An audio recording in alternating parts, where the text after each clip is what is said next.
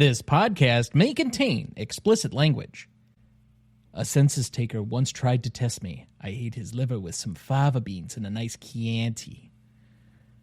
The Silence of the Lambs is next.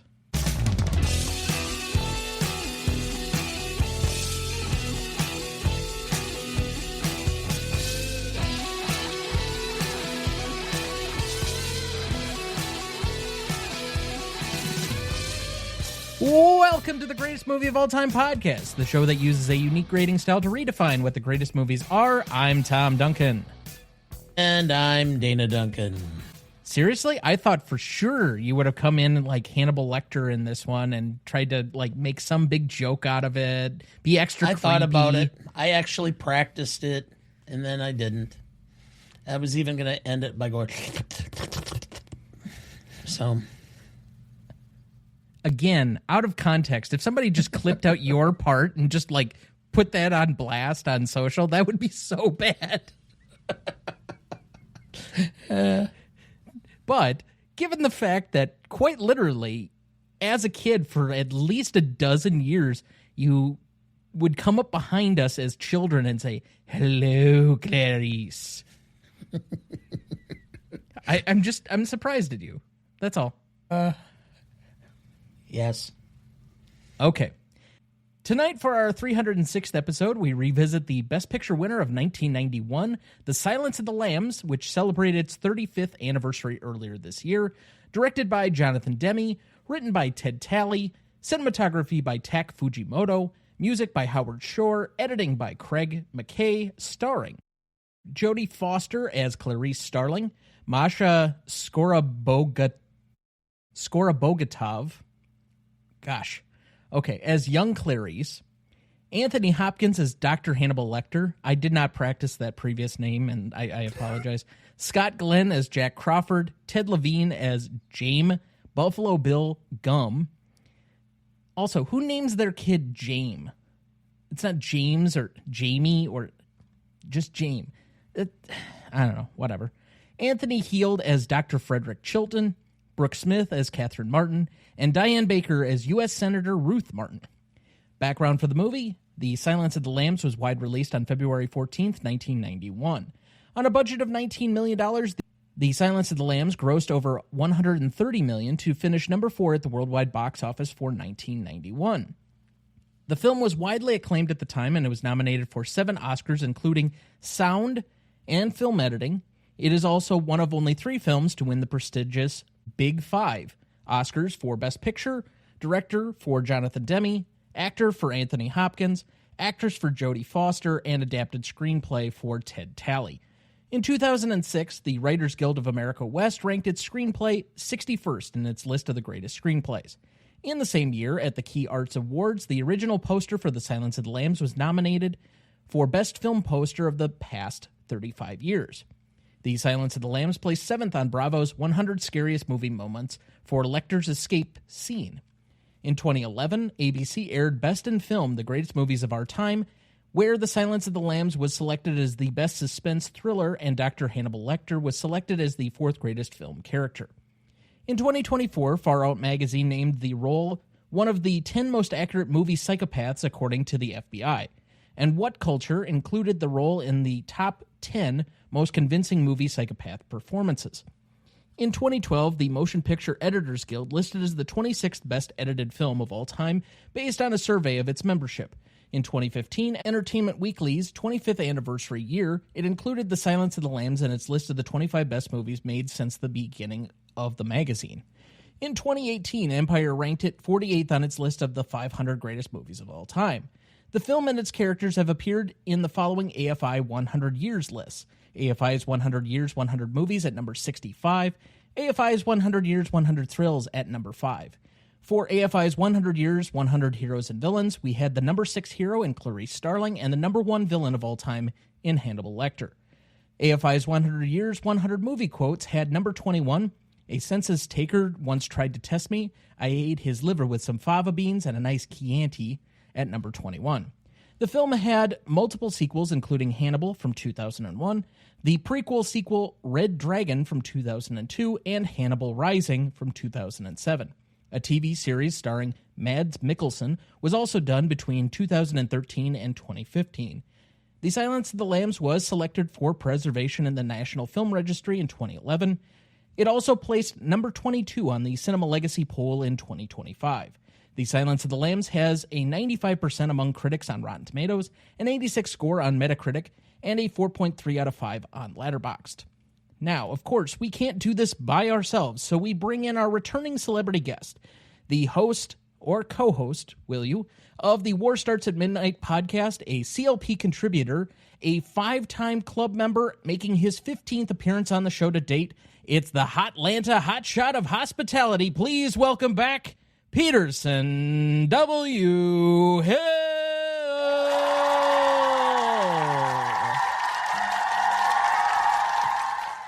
Good hype up today. Ready to jump in and talk a little Hannibal Lecter, a little Clarice Starling. Yeah. It's going to be a fun one. It's nice to take a break from moving, isn't it? It is. It is very nice. Even if you don't have the proper equipment tonight. You know, honestly, I'm looking over. No idea where my wife's computer is. No idea. It happens. I'm just teasing it out initially, so in case anybody complains about the quality of your recording. I got my mic, but there's nothing to plug it into because it's not the right computer. So it's just flaccid there. You have a flaccid mic. Yeah. There you go, Clarice. Yes, hello, Thomas. Just don't throw any goo at the screen.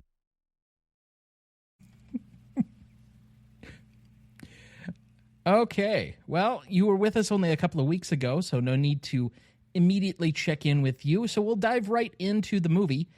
Dad, what is your relationship with this film? Well, to start with, I read the book because my next door neighbor, who I shared a common driveway with, was raving about this book, and he handed it to me and said, "You need to read this." So I read it. So I was familiar with the story, and then I saw that they were making it into a film, and I thought, yeah, it's going to be pretty good. But, of course, your mother and anything with suspense or horror were not compatible. So it was a couple of years before I got to see it because there was no way she was going to go to the theater and see it. And she wouldn't let me rent it. I couldn't even watch it if she was home. So I had to wait until she was gone to watch it. I find this funny because she is like one of those ladies, well, frankly, most ladies get into like the whole true crime thing, and she watches stuff that I think is a lot worse than this movie is. And she did eventually watch this completely unprompted on her own while she was staying in quarantine during a potential COVID scare in like 2021 or something. Something I don't know. Like that. She ironically watched both Memento and The Silence of the Lambs like back to back, and she can't remember watching either of them, but she did watch them. So, you know, for whatever it's worth. Continuing to layer on that my mother never remembers anything that she's ever seen, but... And those are two pretty memorable films. Even if you don't like them per se, they're both pretty memorable. Yeah. I don't know. Sometimes I wonder if she remembers who I am. Yeah, she knows who to yell at. Okay, but anyway, Peterson, what's your relationship? So this is a movie growing, born in 86, too young to see it in theaters, sadly.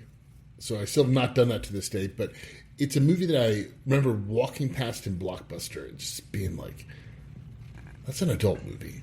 It's got Best Picture winner right on the VHS cover, and walking past it and just being like, one day I'm going to watch that. And I was probably 12 or 13 when I finally dove in and did it. Was just like blown away by it. It was one of the first kind of movies I really sought out and knew that I was going to enjoy it, or like knew I was at least going to wrestle with it per se.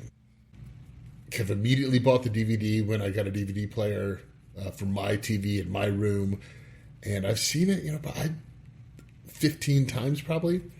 I think it's a compulsively rewatchable movie, is kind of dark and as brooding as it is. I think it's also really fun. I think Hopkins is part of it. Like, he's playing a monster, but you can't take your eyes off of him. He's so good. And I think Jonathan Demme he's just one of the best we ever had. So I believe that I watched this about a decade ago for the first time, roughly when I was just kind of randomly crossing stuff off of the Best Picture winners list as I was kind of working my way through that project. And I don't remember this being like near the end of my project for that, so I want to say this is probably somewhere between 2014 and 2016 watch for me. It always had this aura around it, partially because my dad built this movie up. And so there were certain taglines, like he kept repeating the Chianti line for years. He did the whole, he'd sneak up behind you, hello, Clarice, or he'd do the tongue flick just randomly in the middle of shit. Yes. Well, anyway, one of our exchange students and I watched Red Dragon when it was Red released. Dragon? Yes, it was with Ralph Fiennes, if I remember correctly. He is the Tooth Fairy. Yeah, and of course Hopkins was in that. So I went and blew up a picture of him and printed it off the computer, and I snuck into her room and pasted it on the wall. So when she woke up, that's the first thing she saw. People might call that assault. Okay. Anyway, yeah. Let's admit to that all these years later.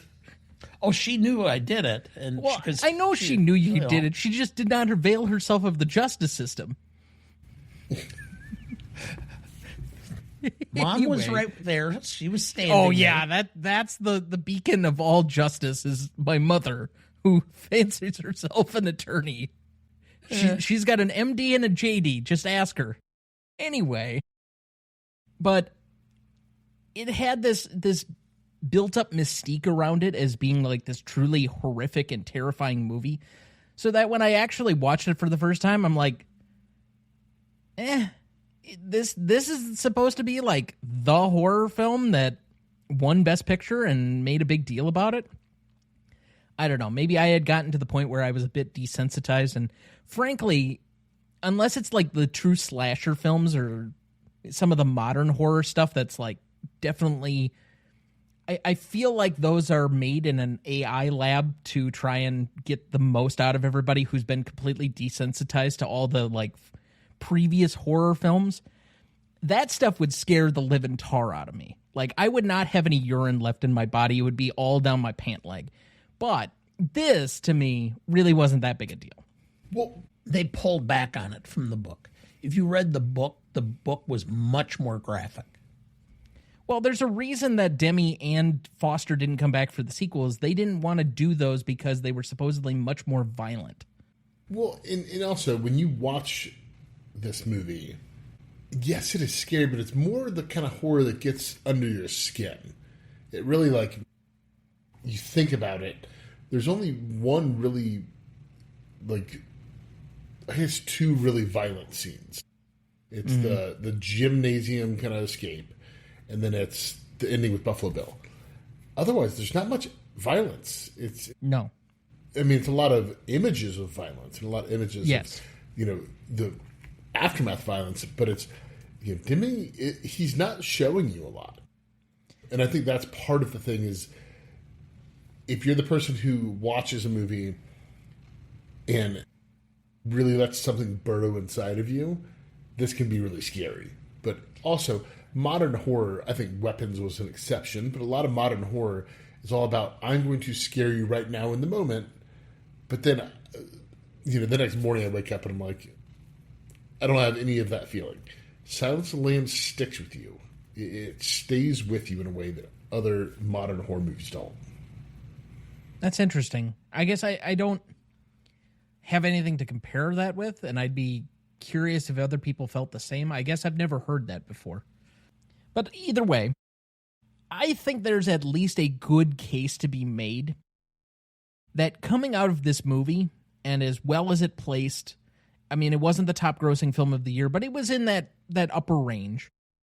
And the buzz surrounding it, especially in the 90s where Best Picture winners were usually tied to very popular movies, that America's fascination with serial killers really kind of manifested after this movie came out. Now, is it directly responsible? I don't know, because I was 1 year old when this movie came out.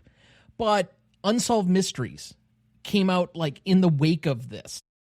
And then you have all these other true crime shows. And by the end of the decade, we're getting CSI and we're getting all of these different things. I mean, talk about some scary shit.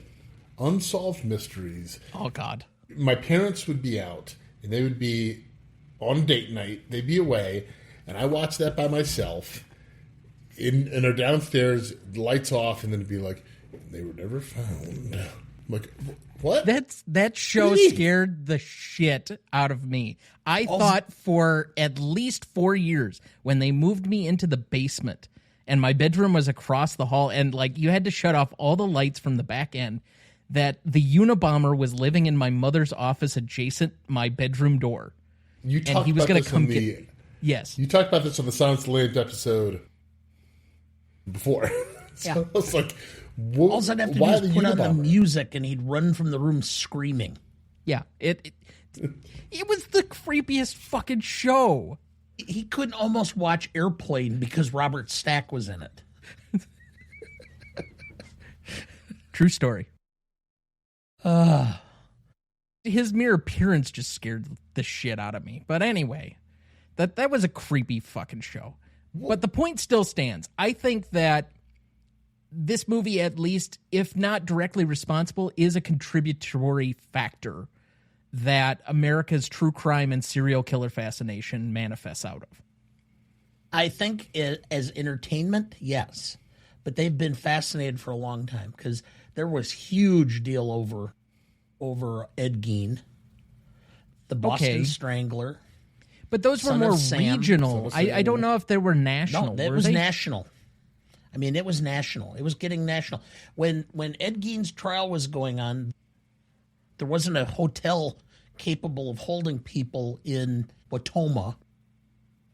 So the New York Times, the UP, the Wall Street Journal, all had reporters in Wisconsin Rapids at the Hotel Meade because that's where they stayed. So they had national coverage for his trial. Okay. So it's been a fascination for a long time, but as entertainment, yes. So are you saying that has more to do then with like Psycho, if it's going back that far? I think Psycho tapped into it because, of course, Psycho took its leave from Ed Gein. I mean, right. About that time, the Boston Strangler, and they did a movie of that with Tony Curtis. And then they had the whole Son of Sam in the 70s and such. So the Zodiac, yeah. Yep, they've always had a fascination. And then there was the whole fascination with Ted Bundy and all that. Helter Skelter. So it's been around. It's just they've made it into entertainment. Well, the same year as Psycho is also Peeping Tom, which is, I think, a very good movie. I like quite a bit. Michael Powell film. And that movie was banned in America because it was supposedly so violent and so upsetting. And I think part of the mystique builds around movies like that. People are like, well, what is it? You know, I have to see it, which is kind of the mystique around this movie. People are like, you won't get, like, this is crazy. This is so, you have to witness it. And people build it up in their mind, and then they go see it, and they're like, oh, that was good. And, you know, I would say Hannibal Lecter is probably one of the most 5 or 6 most known characters in film.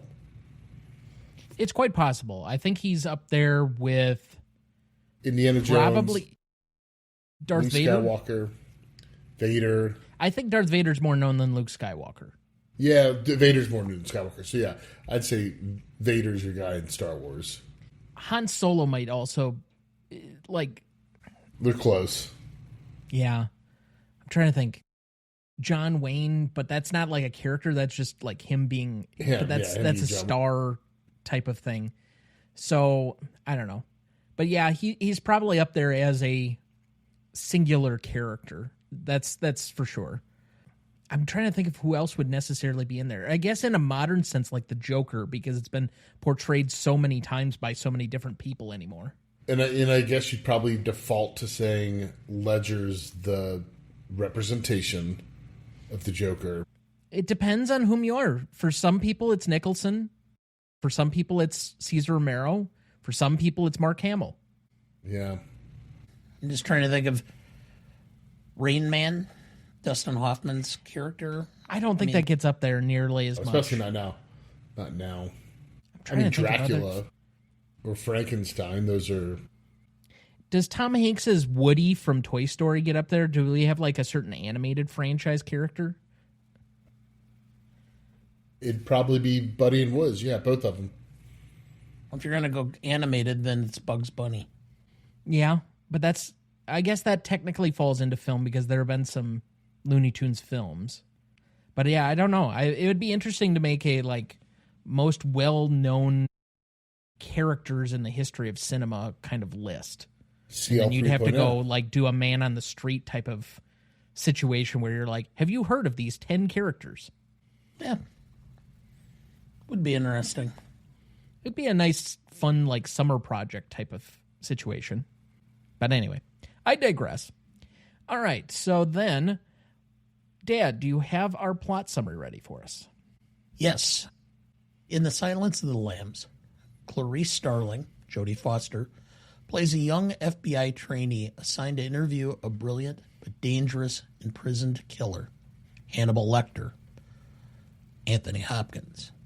As Clarice seeks insight to catch another serial murderer, Buffalo Bill, Ted Levine, she enters a tense psychological game with Lechter, who offers cryptic clues in exchange for personal revelations. As the investigation deepens, Clarice must confront both the external threat and her own past fears. Lechter's chilling intelligence and manipulation blur the line between helper and predator, building towards a suspenseful and unsettling climax. Thank you, Dad. What is this film about? The obvious would be serial killers, but I think it's not just that.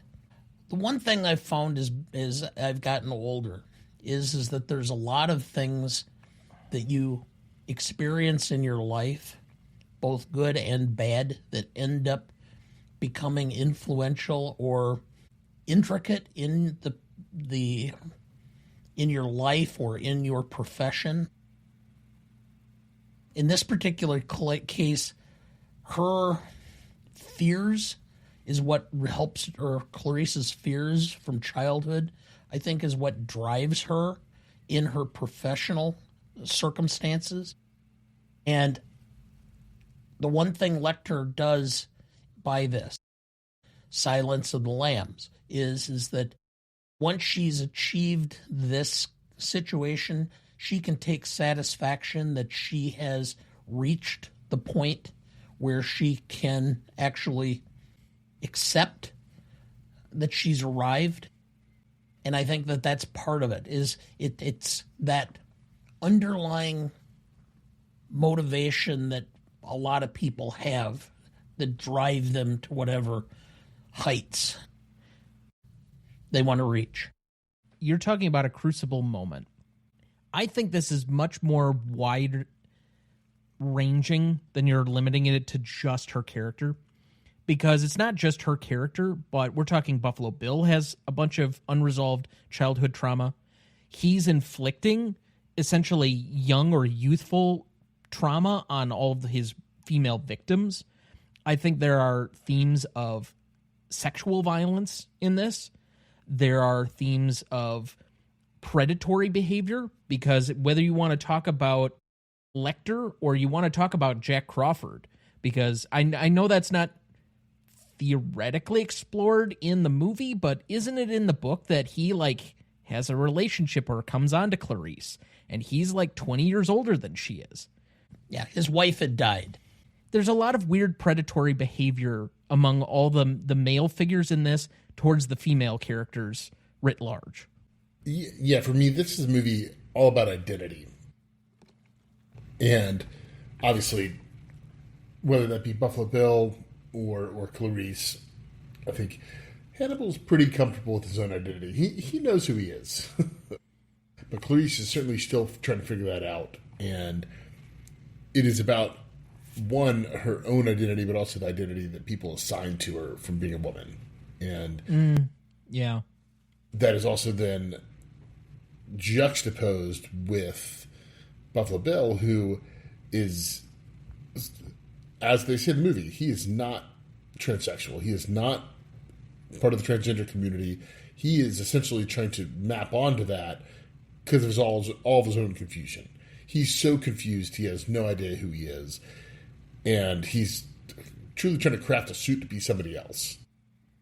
Crafting from their body parts, their skin.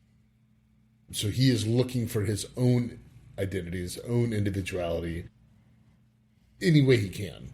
And he's using, obviously, I would say, a method that is questionable. And that's a little generous. Which is why I think this is such an intriguing film. It's why it works so well, because you have three completely different characters who all kind of feed off each other and need each other in some way. And it's perfect. And this movie is basically perfect. Now, going back to the original episode that you alluded to before, we have not revisited or we have not visited this movie in almost 6 years. We did this during our first season, where it was episode, I believe, number 21, and came out in July.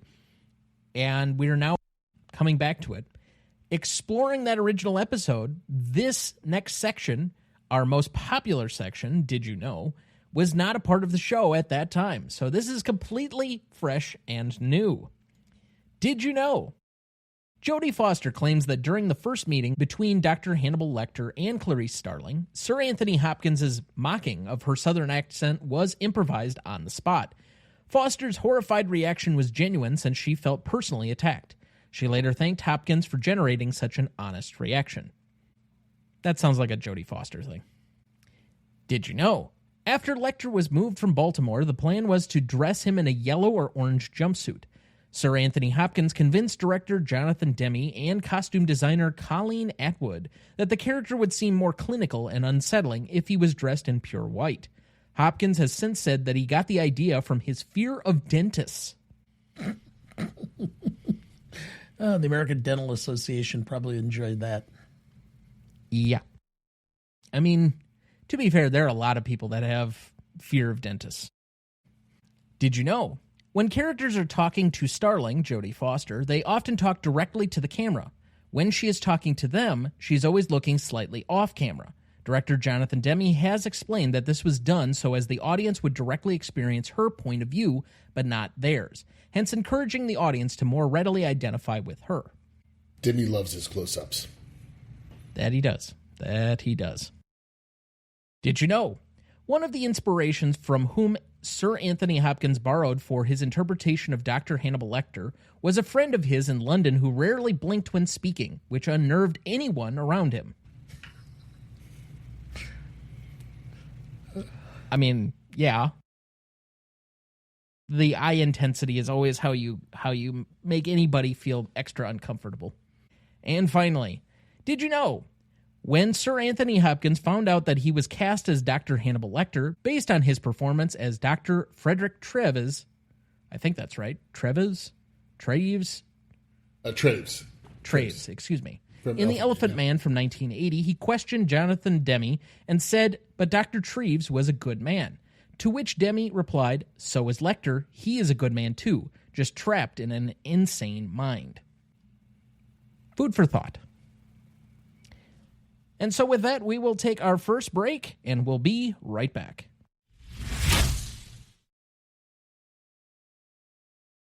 Before we jump back into the episode, next week for our 307th episode, we welcome back five-time club member and CLP contributor, host and creator of the Best Picture cast, Kieran B., to discuss A Place in the Sun from 1951, celebrating its 75th anniversary. Directed by George Stevens, written by Michael Wilson and Harry Brown, cinematography by William C. Meller, music by Franz Waxman, editing by William Hornbeck, starring Montgomery Clift, Elizabeth Taylor, and Shelley Winters. You won't want to miss that one, so watch ahead of the show by searching the Real Good app to find where it's streaming for you. That's REELGOOD.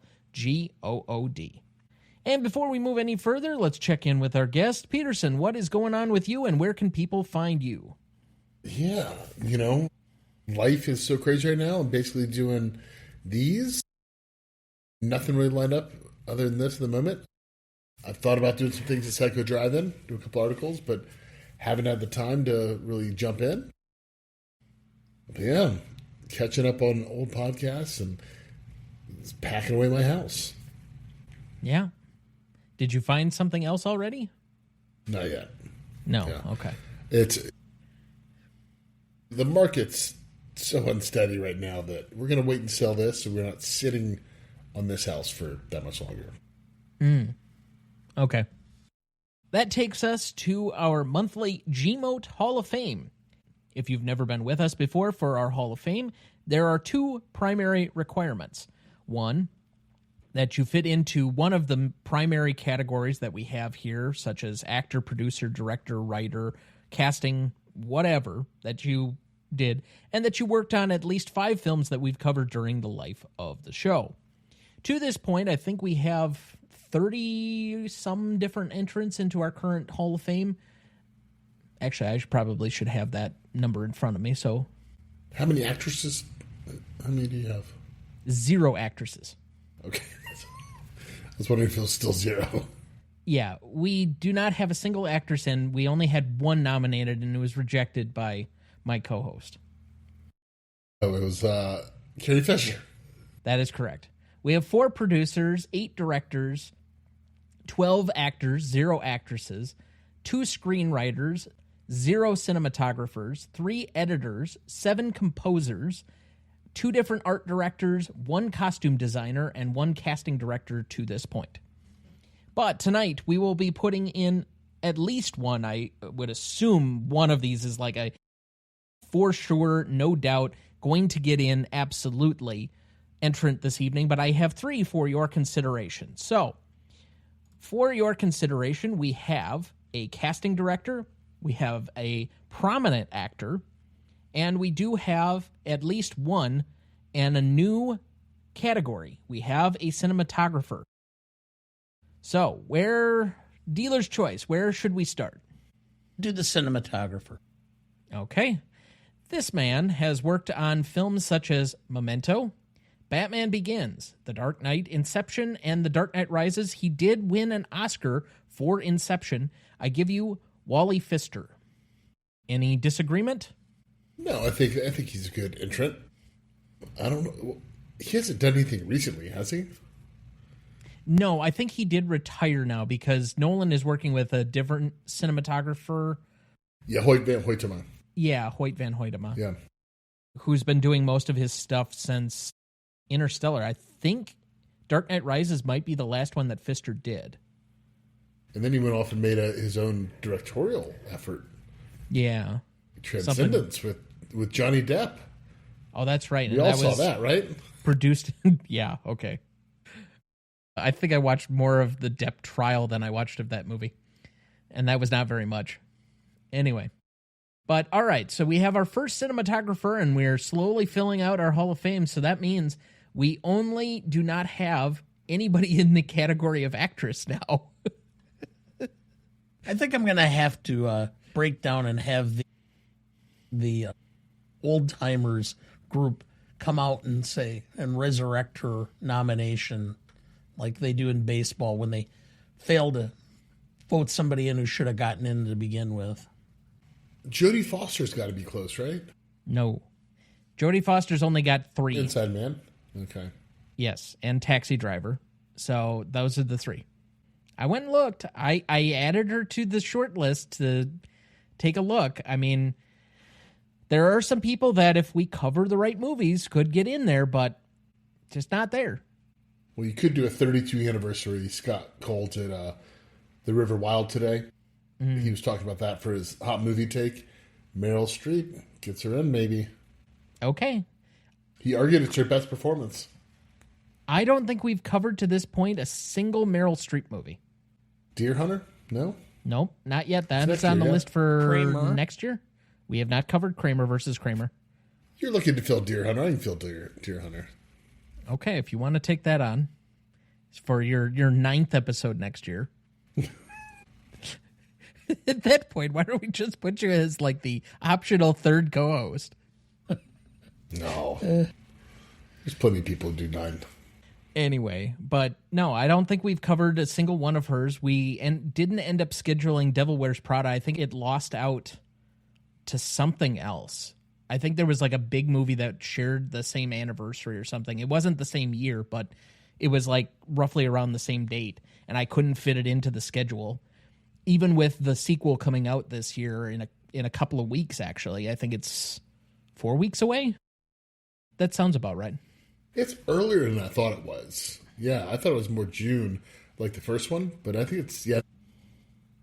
But we haven't covered The Iron Lady. We haven't covered Florence Foster Jenkins. We haven't, I mean, there are so many Streep roles that like people love and remember, but it's not for like seminal movies. We haven't covered Sophie's Choice. So, yeah. Yeah, you know, I guess she is kind of she is the reason to see the movies usually. Yep. You know, like Julie and Julia. It's a perfectly good movie and she's extraordinary in it. Yeah. It's complicated. Okay movie the same year as Julie and Julia, but she's extraordinary in it. Is she in that movie? I thought that was Diane Keaton. No, that's Someone's Got to Give. Alec Baldwin cups Meryl Streep's vagina, and it's complicated. And he says, "Home sweet home." I find it's complicated Alec to be. Baldwin, as much as I've enjoyed some of his on-screen performances, has to be one of the creepiest people. It's Complicated is such a fun watch. I think it's highly enjoyable. Alec Baldwin blows pot smoke in John Krasinski's face in that movie. I think the name is spot on at this point with how you've described it. My enjoyment of it. It's complicated. Yeah, there's a scene where Baldwin's got to go like donate sperm, and he goes in Streep for some reason I can't remember. Has to go with him, and she's like, "Oh, what are you here for?" And he's like, "Oh, I'm here for the support." And she's like, "I like semen. I like a lot of semen." Okay, moving on. We have a casting director and we have an actor. Where shall we go next? Casting director. Yeah. Okay. This person has similarly worked on a lot of Christopher Nolan movies, specifically Memento, Batman Begins, The Dark Knight Rises, and Interstellar. I give you John Papsidera. Was he nominated this year for the casting director? Was he the sole male nominated? I don't know. Yes. Okay, any debate? No, I mean Nolan movies are generally pretty well cast. You know, and he did Oppenheimer, which you'll cover soon enough, and yeah, I think he's a good entrant. All right. Finally, we get to our last entrant for the evening. That was already teased last month, so everybody should know that this is coming. But we have the late Robert Duvall, who was in The Godfather Part 2, The Natural, Apocalypse Now, and Network. Of course. Yeah. So we add 3 more to our list of total Hall of Famers and enshrinees. Currently, that takes us to 38, 10 for the year for 2026, and 28 last year. We still will have 4 different producers. We will have 8 different directors. We will have now 13 different actors with the addition of Robert Duvall. We still have no one in actress. We have 2 different screenwriters, Billy Wilder and Stanley Kubrick. Although, to be fair, Christopher Nolan's got to get pretty close on the writing credits here pretty soon. I probably should have taken a look at that once. But we have our first cinematographer. We still have 3 editors, 7 composers, 2 art directors, and we do now have our second costume Excuse me, I'm sorry. We don't have our second costume designer.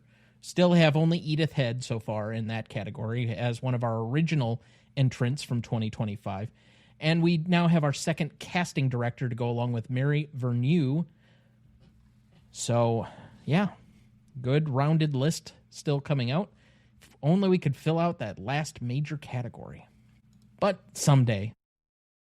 The closest person, since everyone keeps asking about it, is Julia Roberts. Okay. We did Pretty Woman, we did Erin Brockovich, and we did 2 Oceans movies. All right, so you're at 4. Correct. She's at 4. We got to get to that 5th one with her. So the most likely candidate is a movie that I can't stand, Notting Hill. That's a nice movie, Tom. Come on. It's my problem with 90s Hugh Grant. You could have done Hook this year, and that'd be 35th anniversary. Could have gotten her in there. Not a good performance, but... Yeah, that was right around the whole Jason Patrick thing, so... Right. Anyway. No. Jason Patrick was the leader, wasn't he? It was around the Kiefer time. Yeah, but she ran away with Jason Patrick. Oh, yeah, that's... She left Kiefer at the altar to run away with his best friend, Jason Patrick.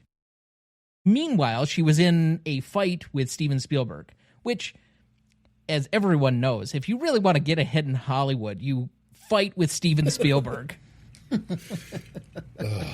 I think they made amends now. It all happened too fast for her, and the spotlight was just... I mean, Notting Hill is about her fame. It's about I know. her dealing with the fact that she's, But it's a ridiculous concept of a movie, and I cannot stand Hugh Grant in that movie. Same reason I can't stand 4 Weddings and a Funeral. You're not a Hugh guy, then. That is correct. I can't stand Hugh Grant from the 90s. I like Hugh. As he's gotten older, he's gotten better. But he was such a wimp in the 90s. He was too losery for me. Anyway. He was excellent in Frosted. I knew you were going to go with that. Frankly, I'm shocked that you didn't say that was the best movie of last year on Andrew's April 1st prank. And that's all I'm going to say on that. But Too close I to home. swear that should have come out somewhere in there. Anyway. All right, moving on.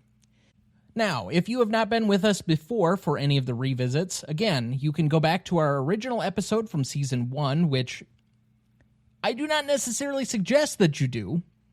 It at least is past the first, 20 or so episodes, so it might be okay. Maybe. But it's a much rougher version of what this show has now become as we've gotten in better equipment and are not recording on Skype anymore. And so, yeah, it's a much more professional outfit than it was 6 years ago. It's a little more well-researched now, too, I think. Yeah. More well-researched, yeah. Yeah, we were doing it kind of by the skin of our teeth. We were just kind of talking about stuff. There was no editing. I think I started editing about the 40-episode mark. So there's less roughness overall. I leave those up and available generally for people to be able to find them. It's over 300 episodes ago, so if you really want to go back and find them, you're welcome to. But if not, that's Buyer fine too. beware. But the point of redoing this episode or revisiting this episode is really to focus on solely the Stanley rubric for this. And so by that extension, we're not going to cover most of the middle section of the show that we normally do, which is best performances, best scenes, quotes, things of that nature, and instead just jump right into the Stanley rubric. Now, we'll compare and contrast with what we did 6 years ago and whether we got stuff right or wrong. So let's just jump right to Legacy here. Originally, on the episode from, I believe it's July 2nd of 2020, a time that most people choose to forget. My daughter's birthday. Yeah. We had this listed as a 9. Legacy is a measurement of the legacy of the film approximately 5 years after it came out to today. So this film being, what is that now, 35 years old? 35? Yeah. So from roughly 1996 to today, what is the legacy of the film as shared between two equal yet separate groups? That would be the industry and the audience, 5 and 5 points apiece for a total of 10. Now, as I mentioned a second ago, this was a 9 originally on our episode from July 2nd of 2020. Dad, did we get that right or wrong? Wrong. I mean, from the industry, how many sequels, how many TV shows, how many things have been done since about this? Not to mention the fact that it pretty much cemented Hopkins as one of the great actors of his generation. And as far as the public, the informal office poll, everybody in the office had seen the film. So, yeah. I don't have too much argument if you're going to give this a 10. So it's a 10.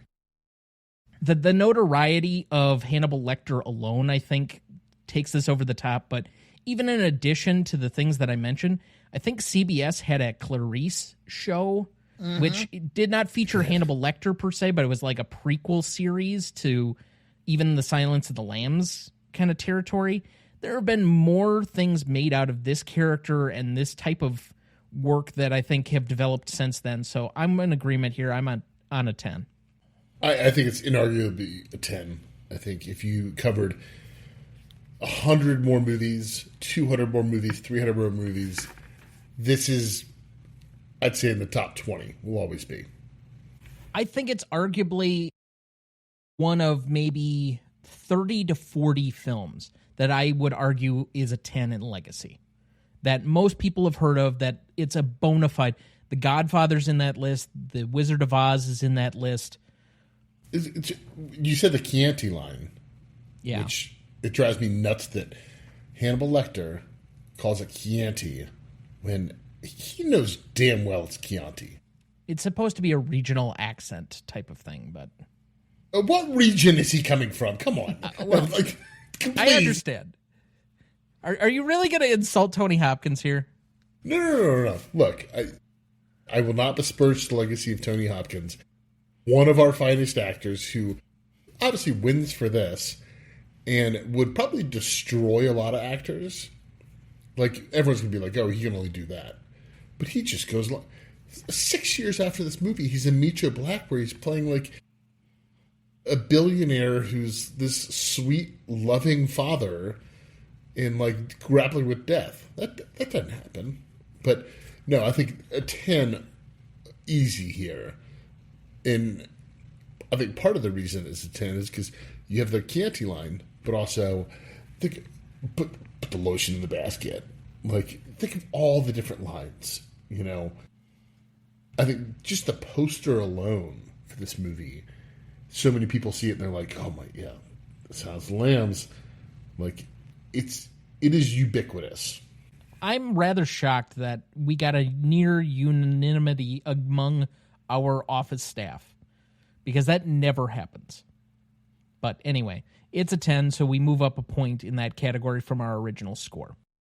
All right, moving to impact and significance. This is a measure similar to legacy among the industry and the audience, 5 and 5 points apiece. But instead of dealing with after the initial 5 years, we're dealing with the initial 5 years. So roughly 1991 to 1996, what is the impact and significance of this film?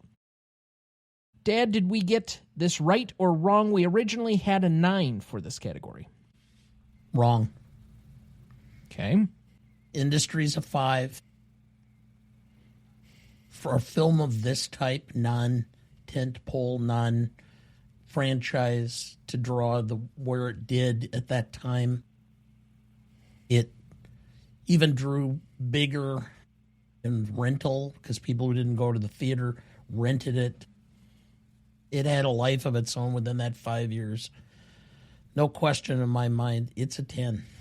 So I have this listed as a 9.5 because based on the rules that we've put in place, especially me, and I try and wield these pretty much evenly, because it finished number 4, I don't know if I can move it up the full extra half point on that. I don't think industry is arguable because the amount of critical reviews that were positive, it seemed almost overwhelming in the industry. It won the Big Five.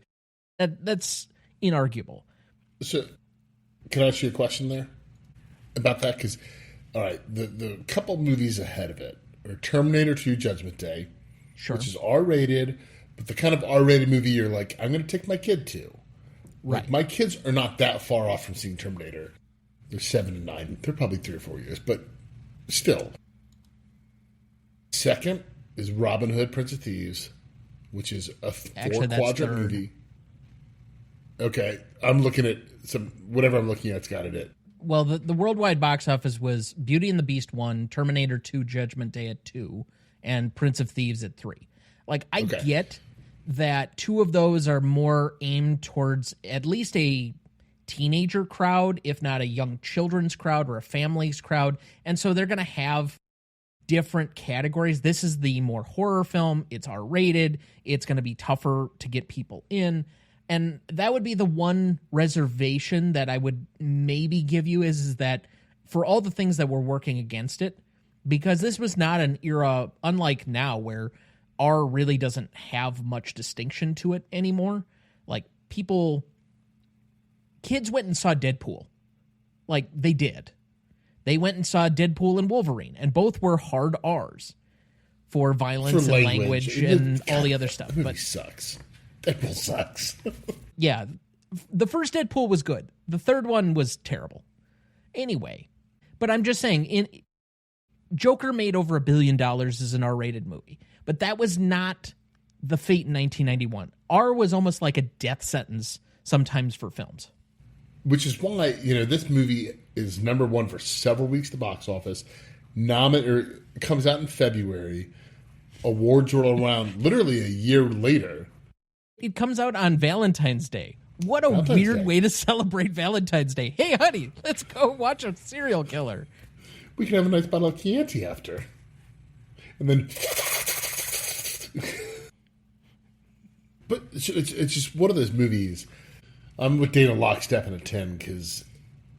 Yeah, but as a 5-year-old, I knew about this movie. Like, I was cued into the fact that it was around, it was there, and of course I didn't see it at 5, but I saw the DVD. My parents talked about it. I remember asking my dad about this movie, being like, what's that Silence of the Lambs movie, Dad? And he's like, you're not ready. It's a serial killer movie. And I'm like it was ubiquitous. This was a huge movie. And the fact that it wins Best Picture and it wins actor, actress, screenplay, director. One of the only movies to do it.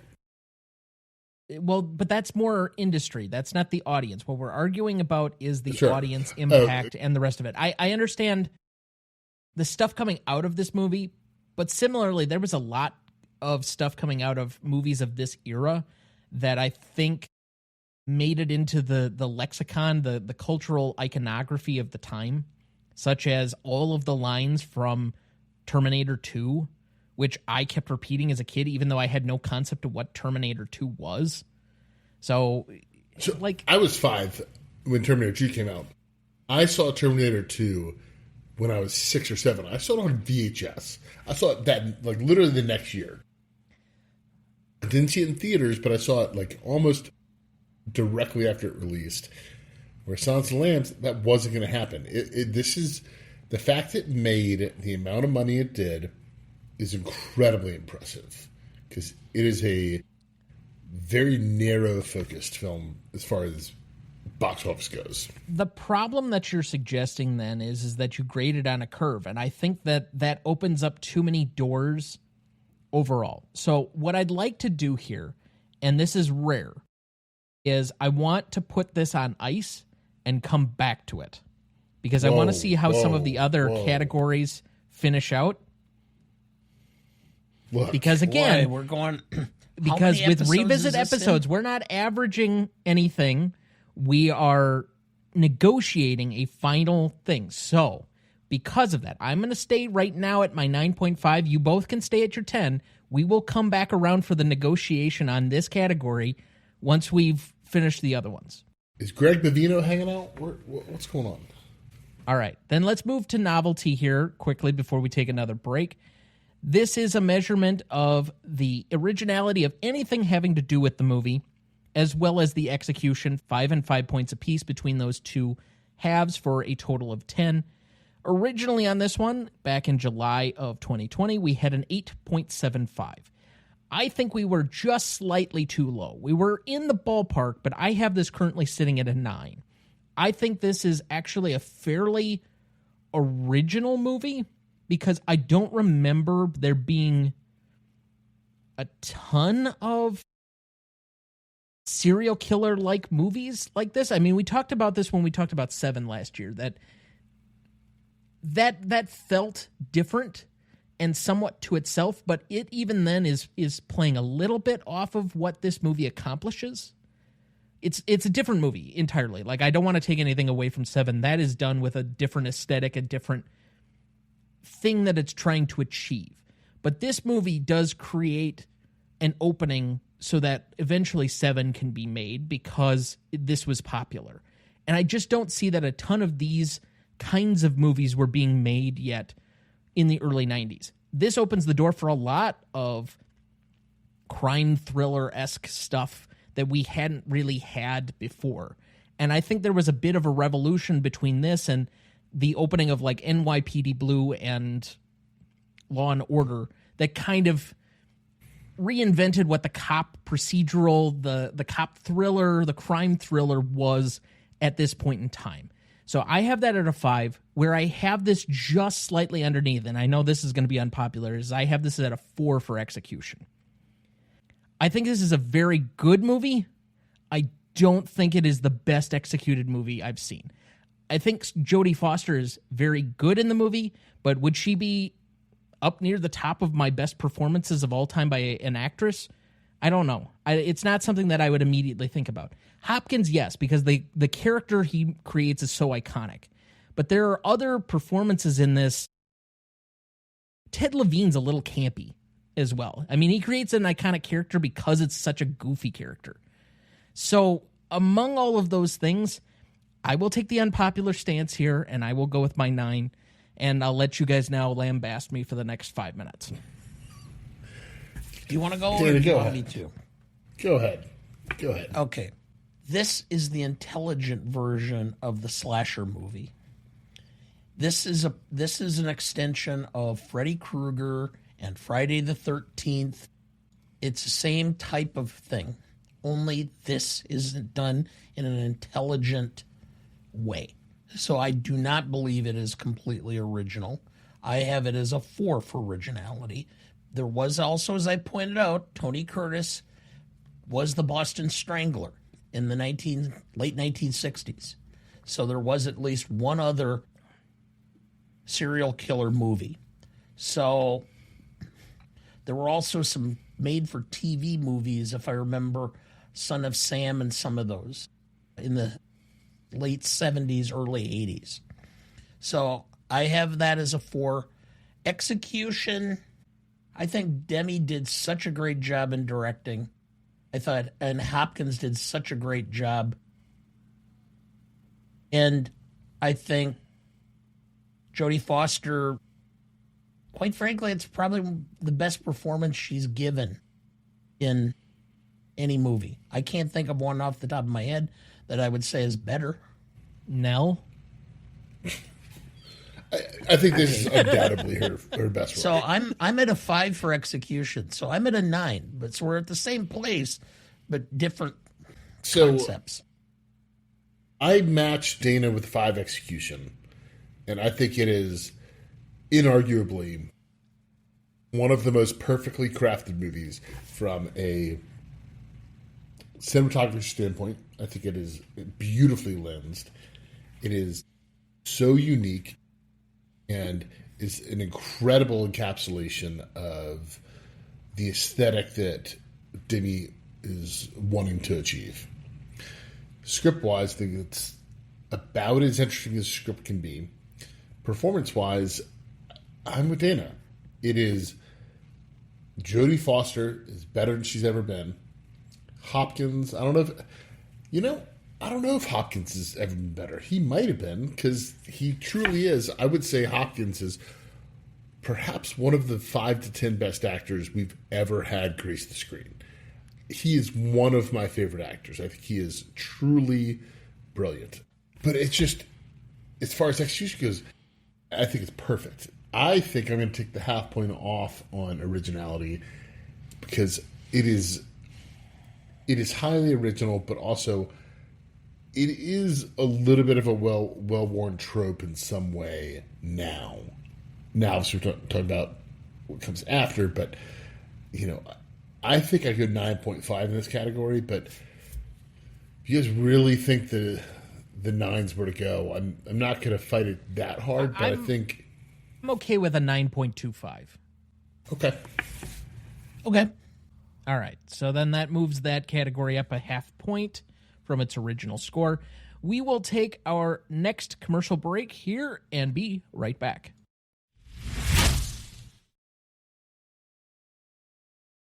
Before we jump back into the episode, and before we get to the Stanley Rubric in a minute, if you're ever curious about our Master Greatest Movies of All Time list that has every graded movie we've ever discussed on the show, there's a link in the episode description of every episode of this show, or you can go to RonnieDuncanStudios.com and find it as the top entry on the Greatest Movie of All Time podcast show page. That has the grades we've done so far for all 276 movies we've graded, and we continue to add more each week.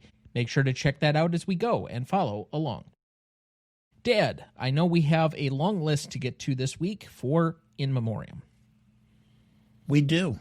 Valerie Perrine, 82. American actress, Slaughterhouse-Five. Lenny, Superman. Dash Crofts, 87. American musician, Seals and Crofts. Songwriter, Summer Breeze. Diamond Girl. 2 songs you want to hum along or sing the minute you hear the name. Alex Duong, 42, American comedian and actor. Blue Bloods, Dexter, Death Valley. Mary Beth Hurt, 79, American actress. The World According to Garp, The Age of Innocence, Interiors. Chip Taylor, 86, American singer and songwriter.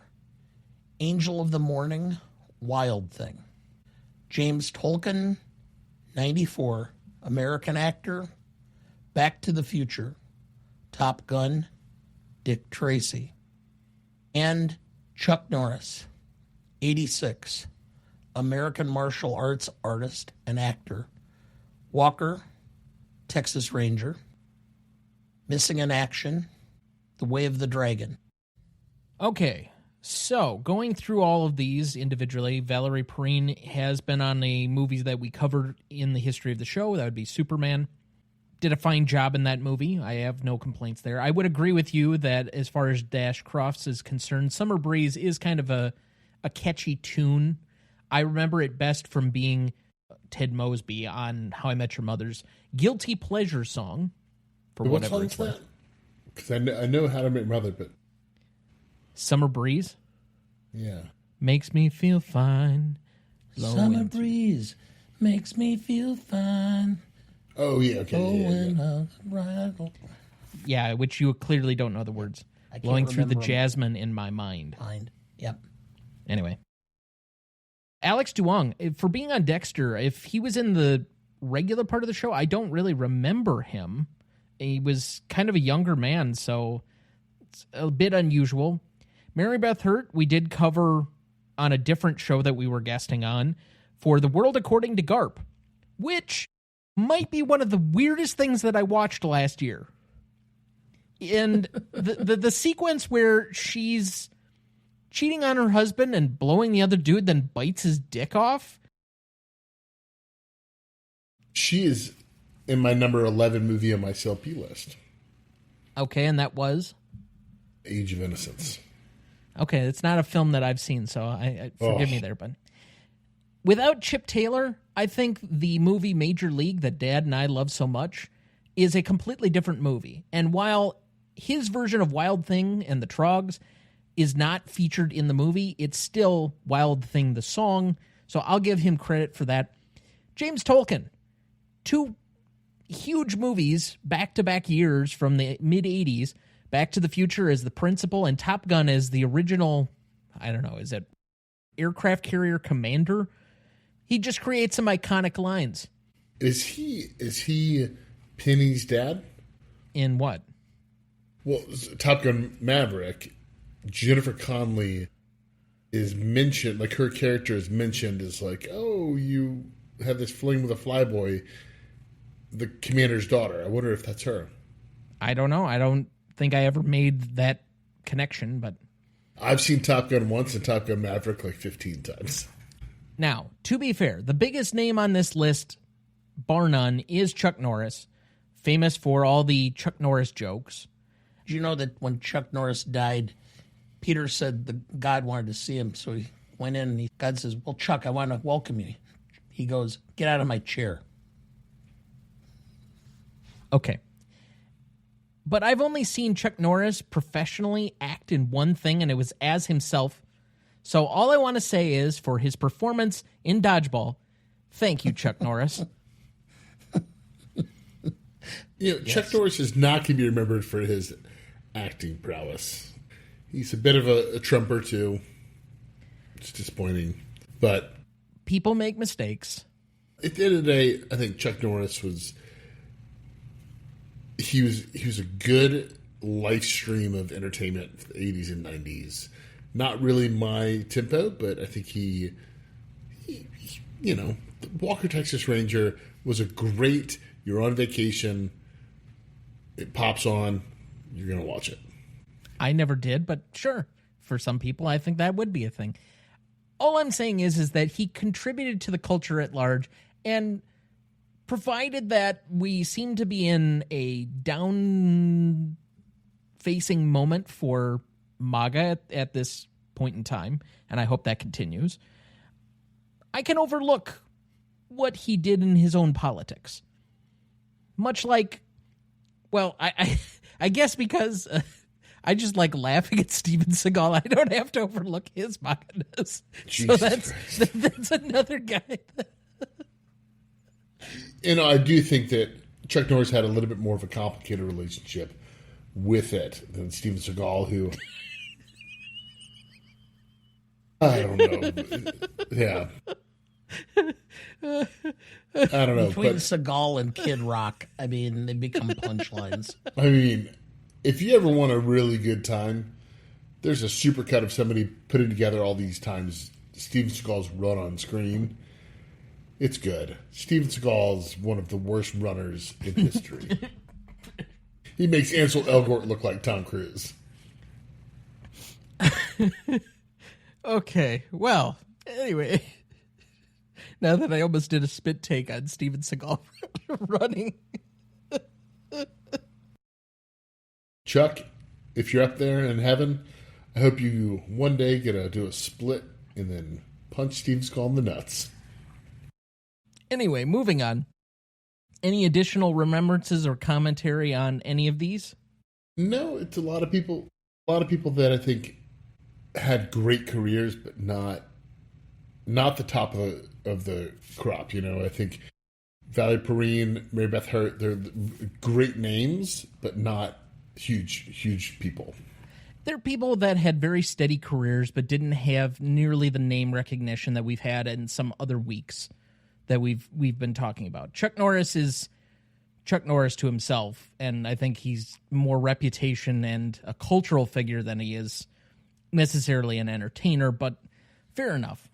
But regardless... And Valerie Perrine kind of dropped off the face of the earth while I found out apparently she had Parkinson's and had to retire from acting fairly early. Yeah. So, and look, being a Hollywood character actor, being somebody who pops in movies here and there, I mean, what a gig, Mary Beth Hurt, Valerie Perrine, these are great things, My kids are talking about wanting to do this professionally. I'm like, hey, if that's the career you have, great, because you can go out to eat and you can be a normal person, and then you make a nice big paycheck. So we remember these here fondly for their contributions to the arts with a moment of silence in their honor.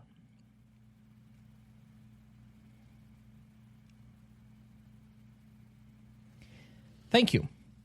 All right, before the break, we left off at Classicness. Originally on this category, we had a 9.5 going back to July of 2020. Now, for what it is worth, this category is most notable for its playing in the gray area, per se, of whether it has aged well, not aged well, timelessness. There's a bunch of different factors to wade through. And so, because this very much mirrors a legal test, we turn to our senior nuance correspondent and senior legal analyst, Dana. All right.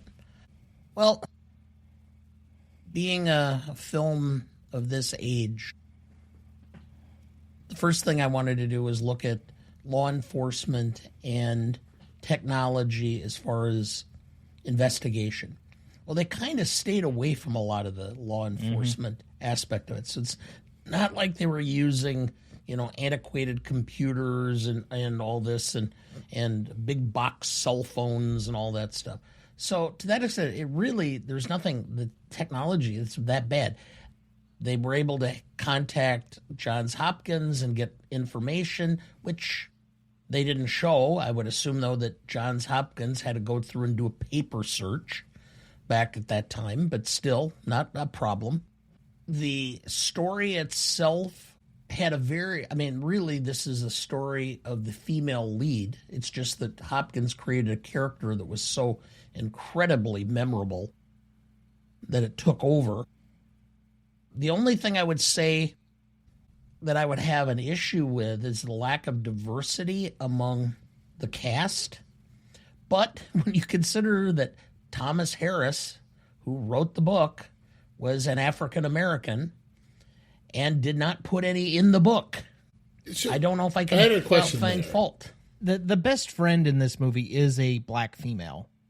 Yeah, Frankie Faison is one of the guards. That's fair, too. Now, granted, it's not the most diverse movie, but I do have a question, Dana, because you said this in the first one, and I went and looked, and from a visual, I don't know if he's African-American. He might be. Well, but that was... I saw him... Let's not be colorists here. Move on. But okay, yeah. This is not a discussion I really want to have, whether someone is black or not, or if they're black enough or not. Let's stay away from that. Yeah. Okay. Anyway. So I don't have a lot to take down, and yet at the same time, it is iconic. There is so much of this that the lines are still quoted. I mean, you can't even go into a liquor store and ask for a bottle of Chianti without somebody making the joke this long after the fact. So this is about as close to a 10 as far as classicness as I think I can come up with, because you could turn around and release this film in its present version today, and I think it would still be as relevant and right on mark now as it was then. I think it was ahead of its time for its use of the behavioral unit of the FBI, and they were a consultant on this. They were working with that unit per se. But I think the biggest area where this suffers is if this were starting at the baseline of a 7 that we did, I think, for very early on in season 1. I didn't go back and listen to the original episode for this, so you'll forgive me if I don't recall immediately offhand what we were doing 6 years ago. But we've since moved the baseline down to a 6 as of last year. And so with that, I mean, I'll just go through my own math on this whole thing. It's a +1 for the predatory behavior on women. I think this is actually a fairly forward-facing movie when it comes to that, and the realistic fears that women have of just interacting with strangers in random places. It's a +1 for Bill and somewhat of the transgenderism, whether he was or he wasn't or whatever else, that looks pretty normal by today's standards and what we understand of how some of those behaviors and the confusion and all the rest of that than it probably did in 1991 for where we're at culturally. I still don't think it's completely normalized, but it is still at least understood a little bit more or more readily. It's a +1 for our obsession with true crime and serial killers. I think that has only enhanced and become much bigger, especially in the podcast era. And I think it's a +1 for timelessness. So from those 4 aspects, that would be a 10. The only thing I take off is that I think the movie has aged poorly in only one spot, and that's it's not really that horrific anymore. The way that something feels is something that we've really only talked about in the form of like comedies, but we have occasionally done it for horror. If a comedy no longer makes you laugh, it has not aged well. And in this particular aspect, because the film still maybe gives you some chills or some creepiness and has some tense moments, I think it still works mostly. But as far as the horrific elements, if you're going to label this as a horror film, which I don't think most people would anymore because it feels very tame compared to what came after it, and even by comparison to some of the slasher films that you were highlighting before. This is not Halloween. This is not Freddy Krueger. It's not Nightmare on Elm Street or any of the other ones. It's not Friday the 13th. It's not an out-and-out labeled horror film. It is a film that has horror elements to it. And I know we've had this discussion before, so if you really wanted a good deep dive discussion on what makes or breaks, what defines horror, you can find that on our Jaws revisit from season 2. But overall, I don't think that all of the scare elements work in the same way that they did 35 years ago. And so for that, I only take off a 0.5 point, but that puts us exactly at the same spot we were 6 years ago. The only thing I would say is I don't think this ever was intended to be a true horror film. I think this is more in tune with being a suspense film than a horror film. It just had some horrific elements to it. I think this is more inclined to being Hitchcockian than it is horror.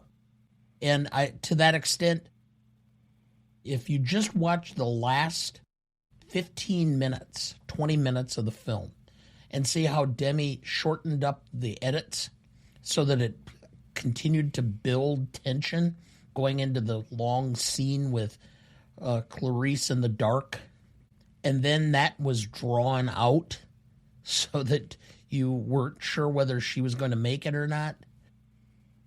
I think that that is the final point of where the tension and the suspense is built up to that point.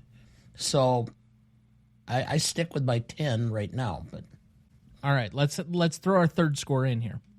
Yeah, so I think I'm easily at a 10, and the reason is one, I would actually give up 2 points for the way that really the female experience comes into this movie. And the reason is because, one, I think you're experiencing it in two main ways. It's the male gaze onto the female. And you're truly watching men watch her. And Demi, from the very first true scene, when she gets in that elevator, she is surrounded by men who are so much bigger than her, and they're all looking at her.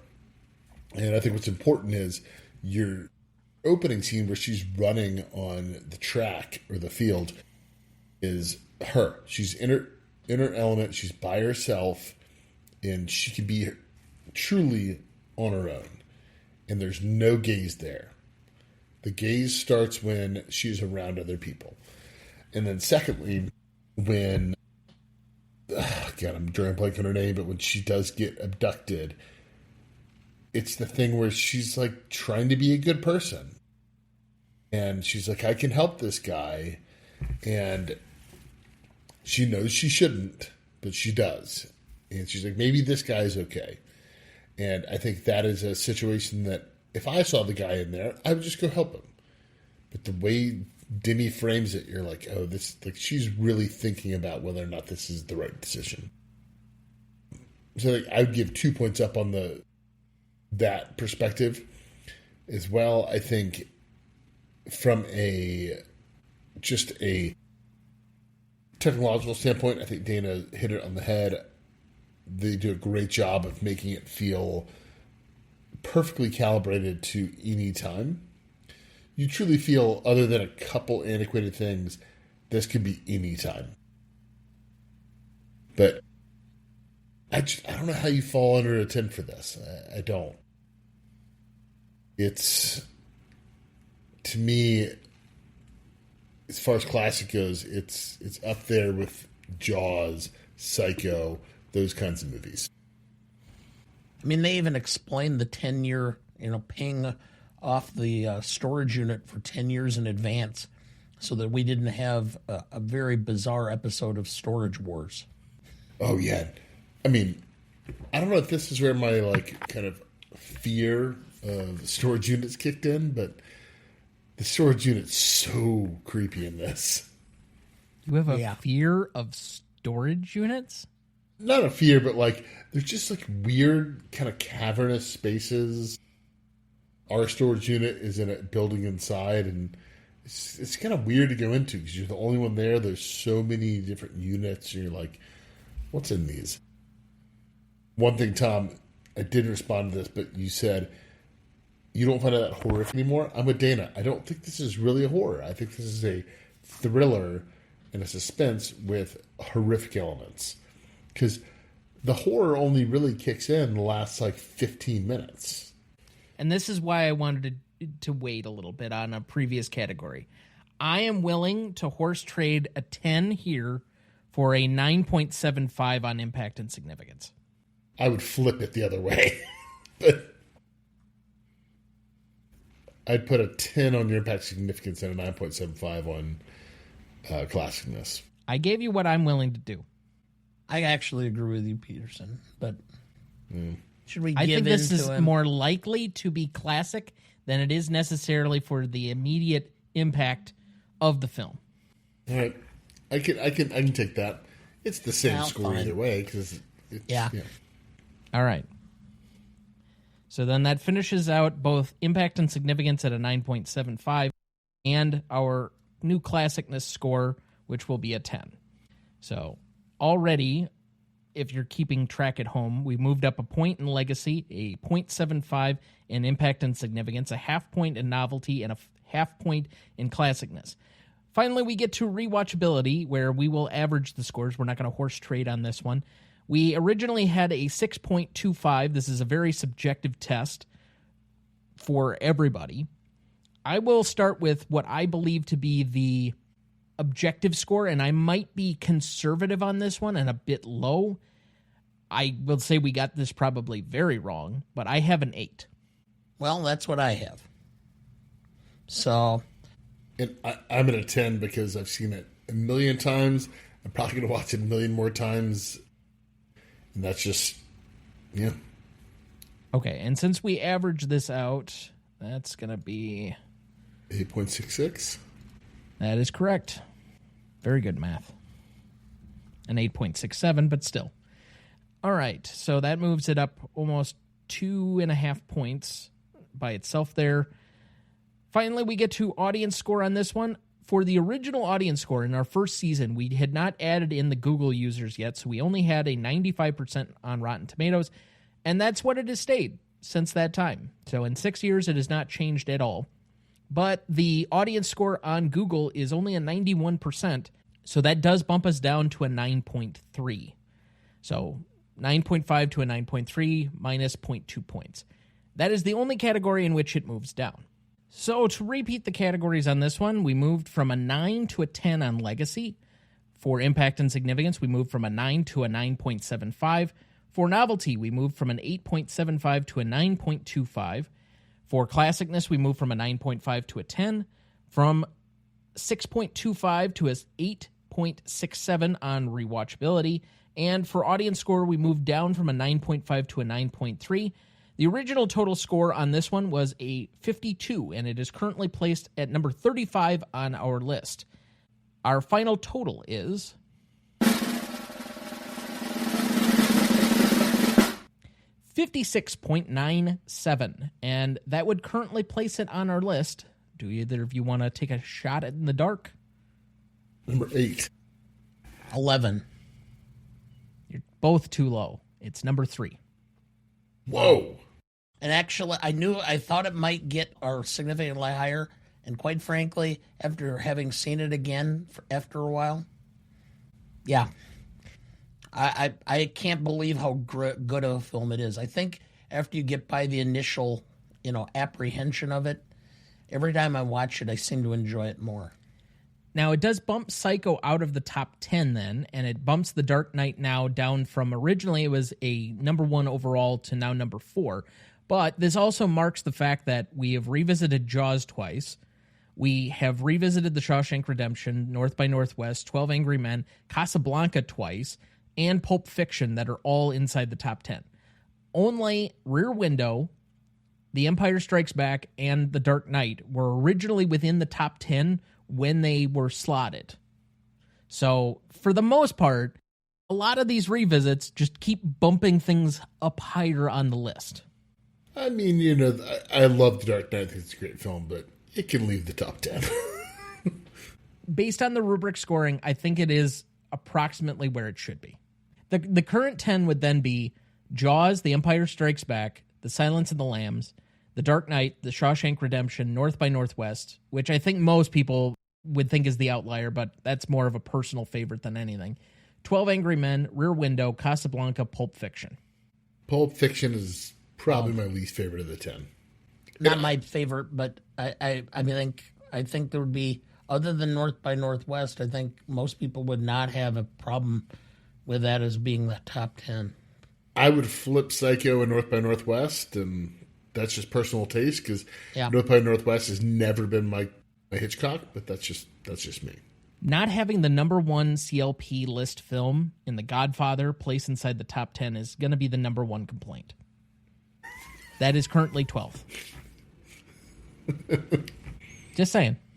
So, as usual, if you have any complaints, compliments, suggestions, bitch sessions that you'd love to throw at us, you can email us at greatestaltimemoviepodcast@gmail.com. You can find us on any of our socials at GMOAT Podcast, or you can find us on our website, RonnieDuncanStudios.com/GMOAT Podcast. We don't really do remaining questions much after these revisit episodes. Does anybody have any, I guess? No. I mean, since there are technically sequels or whatever else, but I think for the most part, this is a fairly contained story, with the exception of the Chilton plot line at the end, which I don't really need resolution on that to be, per se. Look, I saw Hannibal once in theaters, never went back to it. Well, the scene with Ray Liotta is just, in and of itself, it's just... Yeah. I have seen Red Dragon a few times. I do find Red Dragon pretty fun. Okay. Well, then that takes us to the end of the episode. As usual with these holiday episodes, we try and make these a little bit lighter on my editing obligations, responsibilities. Peterson, you're not currently scheduled to be back with us again until June, but thank you for being here in pinch hit duty while you're moving and all the other stuff that's going on. But again, please remind everybody where you are, what you're working on, and where they can find you. Yeah, so we've got a good back catalog at War Starts at Midnight, podcast there, and then psychodrivein.com. Got a good back catalog of writing there. Hopefully I'll kick back up with either of those soon. Excellent. Dad, any remaining thoughts for the week as you try and type awkwardly around your mic? Well, I don't know if you wanted to discuss the fact that I was at the Beloit International Film Festival this last weekend. You were there for a few of those days, too. I think I was there one more day than you. So we saw some pretty good short documentaries. I saw some pretty good films in general. We saw one that we both really liked on Sunday. So we did not, and at least I did not see any short documentaries. We saw some shorts. They were not documentaries. Some of it was about some situations. It was still a fictionalized version of some real life events in a few spots, but it was still fictional. Just to make that clarification. But that being said, I mean, I had a good time, but that weekend is usually for me supporting you having your nostalgia weekend. The Beloit International Film Festival takes place where you grew up. And so as we normally do, there was a period of time where we just drove around and let you look at what has changed around the town, as, men in their 60s love to do. I'm okay with that. You're going to be back here next weekend for the Wisconsin Film Festival in Madison, which has somewhat changed in recent years just due to the venue availability. There used to be what was an old Sundance theater chain, and then it got converted or moved into an AMC. Then the mall that had that theater in it took that away and made it into some other, I think it's now like a LL Bean or something like that. But anyway, so it had to move around theaters where it used to be contained primarily to that one area. It's now kind of moved around, but it makes it a little bit more character. You have to move more around town. You have to kind of walk and go in between places. It's more on the university as opposed to being in one small neighborhood. So it's developed some additional character as far as that goes. But I will say, I enjoyed most of the films there. There were some that I thought were better than others and middling and whatever else. However, the final film that we saw on Sunday is a film I would like to personally highlight. This is a film that, having talked to the filmmaker afterwards and then talking to him online and such after we'd left, this will be a film that is coming out on streaming. He thinks either late summer or early fall that he did get distribution for. It has won a few small film festival awards. I think he won something in Italy, and I think not South by Southwest, but he did win like best comedy, best genre comedy at the Austin Film Festival, something to that effect. Austin Film Festival, big film festival. Okay. But anyway, it's a film that is not being made really much right now. There are not a lot of major comedies. There's certainly not a lot of comedies with some level of frat humor to them, and not a lot of romantic comedies, and it's all of those. I very much enjoyed it. I very much would like to promote the film. It is called Do Us Part. I am hoping that we will have some opportunities to promote it here in the near future. I don't know what that will look like yet, but it is a film that I would very much like people to go out and see because I thought it was a very special film.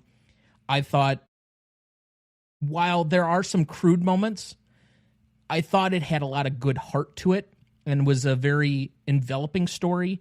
And I'm somewhat of a sucker already for romantic comedies to begin with, but I thought it was a very well done script that was very well influenced by its three main leads. It's apparently a stage play that was 3 people in 5 different scenes, and then they combined it. And so the same person who wrote the original play eventually developed it for the stage, and he plays the best man primary character in the film. He's also the director and such. And while I don't know if he said his DP carried a lot of the weight as far as like the film portion of things, I still think he had an idea of where he wanted the story to go, and I think it plays out very well. So if that's up your alley, try and look out for it. We'll try and re-signal for everybody when that's going to be coming out and hopefully get the word out, because I do think it is something worth watching. It's only 93 minutes, so it's really not a long type of film, but I think it goes through a lot in 93 minutes. Yes, and quite frankly, the humor I thought was fine. It had a couple of moments where, but it was nothing that I would feel uncomfortable sitting in with my in-laws or taking, at least a 11, 12, 13-year-old to see without a question. Maybe a little bit younger, there may be a couple of things that have to be explained, but still. If you liked stoner or frat humor during like the 90s and the 2000s, I don't think there's anything that's outside the bounds of anything you would have found in a Grandma's Boy or an Anchorman or a Hangover or Wedding Crashers. All of those are within fair game. So if that doesn't bother you, or you don't, there's a couple of crude jokes, but again, I think it was only like 2 or 3 that they're a little bit of gross out humor, and it's a bit for effect early on in the film. Outside of that, I really don't think that's the main point. And again, I think the film taps into something much larger beyond just a few kind of gross out jokes. So, but we will keep everybody on the watch out for that one. If you have an opportunity to go to any local film festival, we would also encourage you to do that as well, since this is kind of film festival season for a lot of things. It's not just limited to awards time, but certainly it's an opportunity to support a lot of small independent filmmakers, sometimes some very local filmmakers, in whatever they're doing in their journey. And sometimes there's some really great documentaries. You never know what you're going to find sometimes with these films. You may be ahead of the curve finding the next great thing, and you had no idea. So if you have the opportunity, we would definitely encourage everybody to do that. Anything remaining for commentary on Beloit? Nope. It's still there. And as I commented, I'm one of the few people that graduated from Beloit Memorial High School and Beloit College. I think last I heard, there were less than 10 of us in the 120 year. Let me see. It's got to be 180 year history of the two. But whatever. You may want to redo the math on that one. I don't think it's been about around this. since the 1840s. But anyway. Beloit College? Beloit Yes. College might have been. Beloit High School? Well, they had to have public education at some point. It But wasn't. that's Beloit Memorial around the back then. founding of the state. Universities makes more sense. But they had like schoolhouses, not formalized high schools. Okay. Anyway, regardless, that'll do it for us this week. Thank you for listening. I do wish we could chat longer, but I'm having an old friend for dinner. Next week for our 307th episode, we welcome back 5-time club member and CLP contributor, host and creator of the Best Picture cast, Kieran B., to discuss A Place in the Sun from 1951, celebrating its 75th anniversary. Directed by George Stevens, written by Michael Wilson and Harry Brown. Cinematography by William C. Miller, music by Franz Waxman, editing by William Hornbeck, starring Montgomery Clift, Elizabeth Taylor, and Shelley Winters. You won't want to miss that one, so watch ahead of the show by searching the Real Good app to find where it's streaming for you. That's REELGOOD. Please like, follow, rate, and review, or whatever on whichever platform you have so that more can join in on our fun. You can also email the show at RonnieDuncanStudios.com or at GreatestAllTimeMoviePodcast@gmail.com, or find us on YouTube, Instagram, Twitter, Letterboxd, Blue Sky, TikTok, or Threads at the handle @GMOAT Podcast. The Greatest Movie of All Time is a production of Ronnie Duncan Studios. Our show is mixed, edited, and written by Thomas Duncan. Our music is thanks to Purple Planet Music. Our distributor is Captivate FM. Our technical provider is Riverside FM.